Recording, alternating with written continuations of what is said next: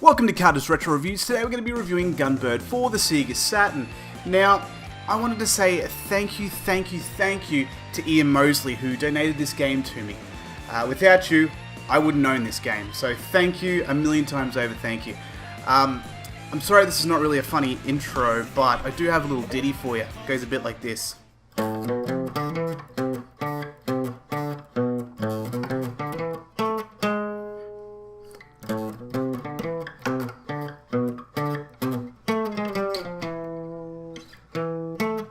Ta-da!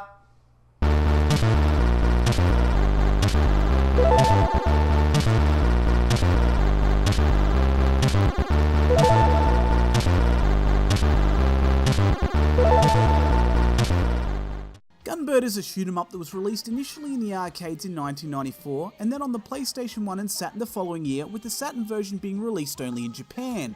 The game seems to be story-rich, steeped in some sort of pre-existing story taken from an anime series. I mean, I couldn't find a whole lot on the anime series itself, but with artwork like this and the amount of effort spent on the intro video and story throughout the game, it would be hard to imagine that they have spent this much time on a whole new world and a whole new story that didn't already exist, especially for a shoot-'em-up, like it was trying to cover up for a shallow gameplay experience. Since I don't have the English version on PlayStation 1 or 2, and my Japanese is non-existent, my story is copied straight from Wikipedia. Hey, at least I'm not bullshitting ya.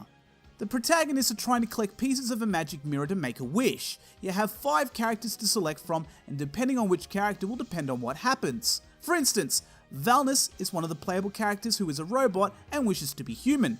Because of course, that's normal.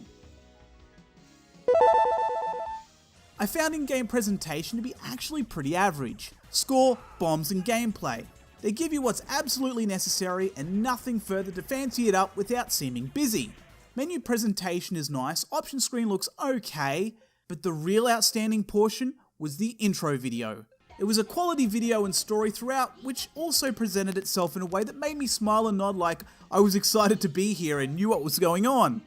I'll be honest, when I saw the good intro video, it actually gave me a sinking feeling, a kind of naive denial that this game wasn't going to be a terrible game, because if history taught me anything, a good intro video, while not being 100% indicative, usually means that the game is pretty poor, if it's not made by Sega. Johnny Bazooka Tone, I'm looking at you. It's been 18 months and I still think about how awesome your intro is and how disappointing the rest of it was. But the fact that this was a shoot-'em-up was enough justification that everything was going to be alright. Lucky for me, I was right. The game is a vertical shoot-'em-up and I tend to like them more than the horizontal. It makes no sense as there are some excellent horizontal shoot-'em-ups, and especially when you have so much screen wasted on a vertical shoot-'em-up, but it just comes down to a personal preference. The actual graphics are pretty good, I'd say above average. While definitely not perfect, there is enough detail for it to stand out, and the colour choice in the bullets means they stand out and not blend into their surroundings, which always made me feel like any shoot-'em-up that does that is a cheap death gameplay tactic. That being said, the amount of bullets that the enemy shoots at you seems to be 3 or 4 different types, which is a good thing for identification and ease, but bad for a lack of diversity.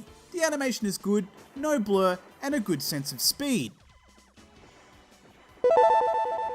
The sound is pretty good all over, your typical 90s dance. I mean, I wish they would break the mold and try something different, but hey, if it ain't broke, don't fix it, I guess. Sound effects are all pew pew and shit.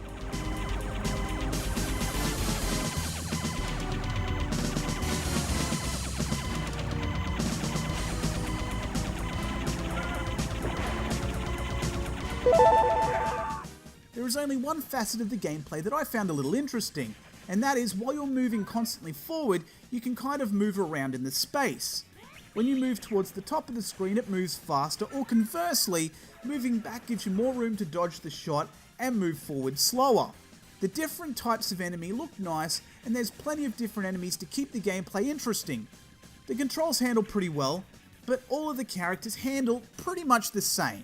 Even the weapons of each character, while looking different, for the most part handle the same, except for Marion. While the game is very vanilla in the shoot-'em-up genre, it's still greater than the sum of its parts, and still diverse enough to be above average. There's 7 levels with each lasting between 1 and 3 minutes, so it's all over very quickly. The game will take a while to finish on 1 credit on default settings. Luckily, the multiple endings will keep you coming back for more. There is also a tape mode, also known as arcade mode, for those lucky enough to have a screen to suit it. Would I recommend this game? Yes. I haven't played a single shoot 'em up yet on the Saturn that I've disliked enough not to recommend, and this only furthers that sentiment. The gameplay is, okay, it's pretty vanilla, but there are other elements that make it worthy of your time.